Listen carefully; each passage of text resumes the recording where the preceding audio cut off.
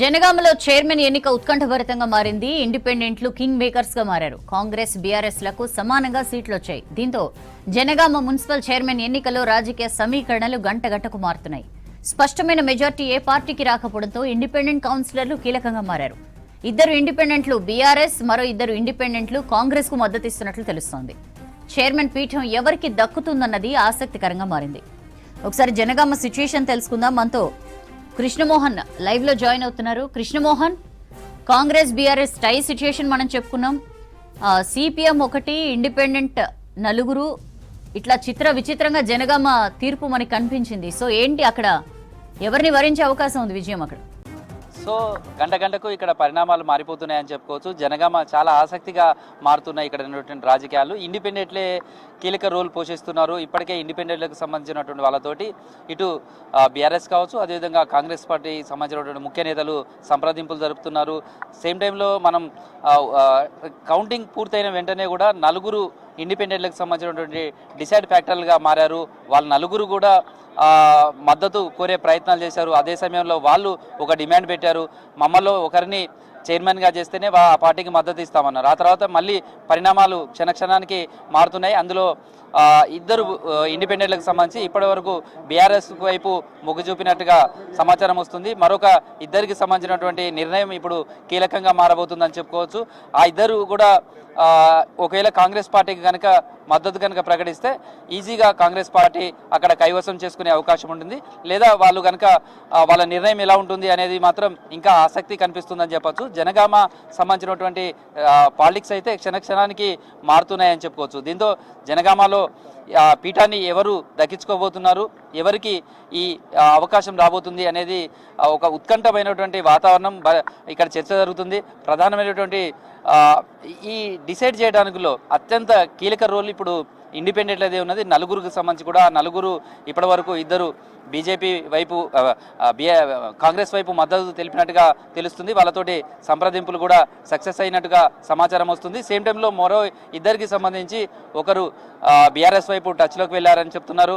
ఇంకొకరికి సంబంధించినటువంటి నిర్ణయం సంబంధించిన దాని మీద కూడా ఎవరి వైపు వెళ్తారు అనే దానికి సంబంధించినటువంటి ఇంకా సమాచారం రావాల్సి ఉంది. దీంతో క్షణక్షణానికి అక్కడ పరిణామాలు మారిపోతున్నాయి. తర్వాత వీళ్ళను క్యాంపు రాజకీయాలకు తీసుకువెళ్లే ప్రయత్నం చేశారు. ఇదే సమయంలో పోలీసులు కూడా ఇండిపెండెంట్ అభ్యర్థులు ఎవరున్నారో వాళ్ళకు సెక్యూరిటీ ఇచ్చారు. వాళ్ళు ఎక్కడికైతే వెళ్తామనుకున్నారో అక్కడికి పంపించే ప్రయత్నం చేశారు. వాళ్ళ విషయంలోనే మా వైపు రావాలనే దానికి సంబంధించినటువంటి క్యాంపు రాజకీయాల నేపథ్యంలో ఒక ఉద్రిక్తమైనటువంటి వాతావరణం నెలకొనడం, ఆ తర్వాత గొడవకు సంబంధించినటువంటి ఇష్యూస్ కావడం, దీంతో పోలీసులు అయితే భారీగా మోహరించారని చెప్పచ్చు. మొత్తంగా జనగామకు సంబంధించినటువంటి హంగ్ ఏర్పడటం, తర్వాత రెండు పార్టీలకు సంబంధించి ఇటు ప్రధానమైనటువంటి పార్టీలు ఏవైతున్నాయో రెండు కాంగ్రెస్ బీఆర్ఎస్కు సంబంధించిన దగ్గర కూడా మొత్తం ఒక్కసారిగా రాజకీయ పరిణామాలన్నీ కూడా మారిపోతున్నాయి. ఇక్కడ చూస్తే కూడా కాంగ్రెస్ 13 వచ్చాయి, బీఆర్ఎస్కు సంబంధించిన 12 స్థానాలు ఉన్నాయి. మహబూబాద్లో కూడా సేమ్ సిచ్యువేషన్ ఉంది. ఇక్కడ కూడా 36 స్థానాలు ఉన్నాయి. ఇక్కడ కూడా హంగ్ ఏర్పడింది. ఇక్కడ కూడా సేమ్ సిచ్యువేషన్ కనిపిస్తుంది. ఇక్కడ కూడా సిపిఎం, సిపిఐ, అదేవిధంగా ఇండిపెండెంట్స్, ఈ 10 మందే డిసైడ్ ఫ్యాక్టర్స్గా మారారు. సేమ్ జనగామ ఏ విధమైనటువంటి సిచ్యువేషన్ ఉందో సేమ్ మహబూబాద్కు వచ్చేసరికి కూడా అదే సిచ్యువేషన్ ఇక్కడ కూడా కనిపిస్తుంది అని చెప్పచ్చు. ఇక్కడ కూడా కాంగ్రెస్ పార్టీకి 13 మంది అభ్యర్థులు వార్డు మెంబర్లుగా గెలిచారు. అదేవిధంగా 12 మంది బీఆర్ఎస్ నుంచి గెలిచారు. దీంతో వాళ్ళకి కావాల్సినటువంటి ఏదైతే మెజారిటీకి సంబంధించినటువంటి మున్సిపాలిటీని కైవసం చేసుకోవడానికి కావాల్సినటువంటి మ్యాజిక్ ఫిగర్ ఏది ఉందో స్పష్టంగా రాలేదు. కాబట్టి దీంతో ఇటు సిపిఎం, సిపిఐ, అదేవిధంగా ఇండిపెండెంట్లకు సంబంధించినటువంటి వాళ్ళే కీలకమైనటువంటి రోల్ పోషిస్తున్నారు. ప్రస్తుతం అయితే సిపిఎంకి సంబంధించినటువంటి కౌన్సిలర్లతోటి, వాళ్ళకి సంబంధించినటువంటి నేతలతోటి ఇటు బీఆర్ఎస్ నుంచి అదేవిధంగా కాంగ్రెస్ పార్టీకి సంబంధించినటువంటి నేతలు కావచ్చు సంప్రదింపులు జరుపుతున్నారు. మున్సిపాలిటీని అభివృద్ధి చేయాలంటే రాష్ట్రంలో అధికారంలో ఉన్నటువంటి పార్టీతోటి సాధ్యమవుతుంది. తర్వాత అనేక సమస్యలు మహబూబాద్లో పేరుకుపోయినాయి. చాలా ఏళ్ళుగా కొన్ని సమస్యలకు సంబంధించినటువంటి అభివృద్ధి లేకుండా పోయింది. వీటన్నింటినీ చేయాలి అంటే రాష్ట్ర ప్రభుత్వం సహకారం కావాల్సి ఉంటుంది.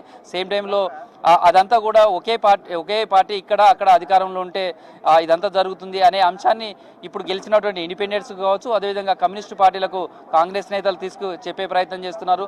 సేమ్ టైంలో బీఆర్ఎస్కు సంబంధించినటువంటి నేతలు మొన్నటి ఎన్నికల సంబంధించి కూడా ఇటు మా మద్దతు సిపిఐకి ఇచ్చాం, కమ్యూనిస్టు పార్టీలకు ఇచ్చాం కాబట్టి ఇప్పుడు మా వైపు రావాలి, మాకు సపోర్ట్ చేయాలని బీఆర్ఎస్ నేతలు అటు ఒత్తిడి తీసుకొచ్చే ప్రయత్నం చేస్తున్నారు. మొత్తంగా జనగామ ఇటు మహబూబాద్ ఈ రెండు చోట్ల జరుగుతున్నటువంటి రాజకీయ పరిణామాలు అయితే అందరిలోనూ ఆసక్తి కల్పిస్తున్నాయి.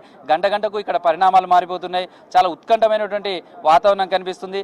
మిగతా మున్సిపాలిటీలలో సింగిల్ గా పార్టీ లార్జెస్ట్ పార్టీలుగా ఉన్నటువంటి దగ్గర సంబరాలు జరుపుకుంటున్నారు. కానీ మహబూబాద్ గారి దగ్గరకు వచ్చేసరికి మాత్రం ఇటు బీఆర్ఎస్ కావచ్చు, అదేవిధంగా కాంగ్రెస్ పార్టీకి సంబంధించినటువంటి ఎక్కువ స్థానాలు గెలుచుకున్న మున్సిపల్ చైర్మన్ పీఠం దక్కించుకోవడానికి సంబంధించి ఇండిపెండెంట్ల అవసరం చాలా కీలకంగా ఉండడంతో వాళ్ళ కోసం ఇప్పుడు ఈ రెండు పార్టీలు ప్రయత్నాలు చేస్తున్నాయి. మిగతా చోట్ల అయితే సంబరాలు అయితే అంబరాన్ని తాగుతున్నాయి. చాలా చోట్ల ప్రధానంగా డోర్నగల్కి సంబంధించి కాంగ్రెస్ పార్టీ అక్కడ 15 స్థానాలు ఉంటే 11 చోట్ల గెలిచింది, 4 చోట్ల బీఆర్ఎస్ గెలిచింది. ఈజీగా అక్కడ కాంగ్రెస్ పార్టీ ఆధిపత్యం కొనసాగించింది. కాంగ్రెస్ పార్టీ అక్కడ మున్సిపాలిటీలో అధికారం చెలాయించబోతుంది, మున్సిపాలిటీని కైవసం చేసుకుందని చెప్పచ్చు. సేమ్ టైంలో మరిపేటలో కూడా అలాంటి వచ్చింది. మ్యాజిక్ ఫిగర్కు చేరువలో కాంగ్రెస్ పార్టీ వచ్చింది. ఇక్కడ రిజల్ట్కి సంబంధించి కూడా 15 వార్డులకు సంబంధించి కూడా 8 చోట్ల కాంగ్రెస్ గెలిచింది, ఒకరు ఇండిపెండెంట్ గెలిచారు, మిగతా బీఆర్ఎస్ 6 చోట్ల గెలిచింది. దీంతో మరిపేటకు సంబంధించి కూడా కాంగ్రెస్కు ఎలాంటి ఇబ్బంది లేదని చెప్పుకోవచ్చు. పరకాలకు సంబంధించి కూడా చూస్తే ఇక్కడ 22 స్థానాలు ఉన్నాయి, 22 వార్డులు. ఇందులో 13 చోట్ల కాంగ్రెస్ విజయం సాధించింది. దీంతో కాంగ్రెస్ పార్టీ ఇక్కడ పరకాల మున్సిపాలిటీని కైవసం చేసుకుందని చెప్పొచ్చు. బీఆర్ఎస్ పార్టీకి సంబంధించి 6 వార్డులను మాత్రమే గెలుచుకుంది. సేమ్ టైంలో బీజేపీ 3 చోట్ల వాళ్ళ పార్టీ అభ్యర్థులు వార్డు మెంబర్లుగా గెలిచారు. ములుగుకు సంబంధించి కూడా ఇక్కడ 20 వార్డులు ఉన్నాయి. వార్డు ఇక్కడ కూడా కాంగ్రెస్ పార్టీ తన ఆధిపత్యాన్ని కొనసాగుతూ వచ్చిందని చెప్పచ్చు. మొత్తంగా ఇక్కడ చూస్తే 12 చోట్ల కాంగ్రెస్ పార్టీ అభ్యర్థులే విజయం సాధించారు. బీఆర్ఎస్ పార్టీ 5 చోట్ల, బీజేపీ 1 చోట, ఇండిపెండెంట్లు 2 గెలిచారు. వీళ్ళు కూడా అధికార పార్టీకి మద్దతు తెలిపారు సమాచారం వస్తుంది. దీంతో ఒకవేళ ఇండిపెండెంట్ల అవసరం లేకుండానే కాంగ్రెస్ పార్టీ ఇక్కడ మున్సిపాలిటీని కైవసం చేసుకుంది. ములుగుకు సంబంధించి కూడా చూస్తే తొలిసారి మున్సిపాలిటీ ఏర్పడిన తర్వాత తొలిసారి జరుగుతున్నటువంటి ఎన్నిక. అదేవిధంగా ఇక్కడి నుంచి ప్రాతినిధ్యం ఎమ్మెల్యేగా ఉన్నటువంటి సీతకే రాష్ట్ర మంత్రిగా పనిచేస్తున్నారు. దీంతో ప్రతిష్టాత్మకంగా తీసుకున్నారు. ఇక్కడ కాంగ్రెస్ పార్టీకే ఓటర్లు జైగొట్టారు. మొత్తంగా ములుగు మున్సిపాలిటీ కూడా కాంగ్రెస్ పార్టీ వశమైందని చెప్పచ్చు. అదేవిధంగా కేసముద్రంకు సంబంధించిన మాత్రం ఇక్కడ టై ఏర్పడింది. కేసముద్రంలో 16 వార్డులుంటే ఇటు కాంగ్రెస్ అదేవిధంగా బీఆర్ఎస్ చెరి 8 స్థానాలను గెలుచుకుంది. దీంతో ఇక్కడ ఎవరికి అధికారం రాబోతుంది అనేది, ఎవరు కైవసం చేసుకోబోతున్నారు అనే దానికి సంబంధించినటువంటి టెన్షన్ అయితే కొనసాగుతుందని చెప్పచ్చు. ఇక్కడ ఎక్స్ అఫీషియోగా ఎమ్మెల్యే ఓటు చాలా కీలకంగా మారుతుంది. సేమ్ టైంలో ఇక్కడ కాంగ్రెస్ పార్టీ అధికారంలో ఉంది, అధికార పార్టీ ఎమ్మెల్యే ఉన్నారు కాబట్టి ఆయన ఓటు తోటి కాంగ్రెస్ పార్టీ మరిపేడను కూడా గెలుచుకునే అవకాశం కనిపిస్తుంది. కేసముద్రం కూడా గెలుచుకునే అవకాశం కనిపిస్తుంది. సేమ్ టైంలో స్టేషన్ గన్పూర్లో కాంగ్రెస్ పార్టీ పూర్తి స్థాయిలో విజయం సాధించి కాంగ్రెస్ పార్టీ మున్సిపాలిటీ పీఠాన్ని కూడా దక్కించుకుందని చెప్పచ్చు. ఇది కూడా స్టేషన్ గన్పూర్ సంబంధించి కూడా చూస్తే ఇక్కడ తొలిసారి ఎన్నిక మున్సిపాలిటీ ఏర్పడిన తర్వాత తొలిసారి జరుగుతున్నటువంటి ఎన్నిక. దీంతో స్టేషన్ గన్పూర్లో కూడా కాంగ్రెస్ పార్టీకే ఓటర్లు పట్టం కట్టారు. ఇక్కడ 13 మంది 18 వార్డులకు సంబంధించి కూడా 13 మంది కాంగ్రెస్ పార్టీ వాళ్ళే వార్డు మెంబర్లుగా గెలిచారు. దీంతో స్టేషన్ గన్పూర్ను కూడా కాంగ్రెస్ పార్టీ కైవసం చేసుకుందని చెప్పచ్చు. ఇక నర్సంపేటకు సంబంధించి కూడా చూస్తే 30 స్థానాలు 30 వార్డులు ఉన్నాయి. 30 వార్డులకు సంబంధించి కూడా మనం చూస్తే కనుక ఇప్పటి వరకు రిజల్ట్ అంతా కూడా వచ్చేసింది. మొత్తం కాంగ్రెస్ 20 చోట్ల అభ్యర్థులు విజయం సాధించారు. అదేవిధంగా బీఆర్ఎస్ 7 చోట్ల వార్డు మెంబర్లుగా గెలిచింది. బీజేపీ 1 చోట, సిపిఎం 1 చోట, ఇండిపెండెంట్లు 1 చోట గెలిచారు. పూర్తి ఆధిపత్యంలో కాంగ్రెస్ పార్టీ నర్సంపేటను కైవసం చేసుకుందని చెప్పచ్చు. మొత్తంగా చూస్తే కాంగ్రెస్ పార్టీకి సంబంధించి వరంగల్ ఉమ్మడి జిల్లాలో పూర్తిగా ఆధిపత్యాన్ని కొనసాగించిందని చెప్పొచ్చు. కానీ తొర్రూరు దగ్గరకు వచ్చేసరికి మాత్రం కొంత బీఆర్ఎస్కి అవకాశం ఉండేదని చెప్తున్నారు. ఇక్కడ జరిగినటువంటి ఎన్నికలకు సంబంధించి కూడా చూస్తే 7 చోట్ల కాంగ్రెస్ అభ్యర్థులు గెలిస్తే 9 చోట్ల బీఆర్ఎస్ పార్టీకి సంబంధించినటువంటి వార్డు మెంబర్లు గెలవడంతో ఒక టెన్షన్ వాతావరణం అయితే ఇంకా కంటిన్యూ అవుతుందని చెప్పొచ్చు.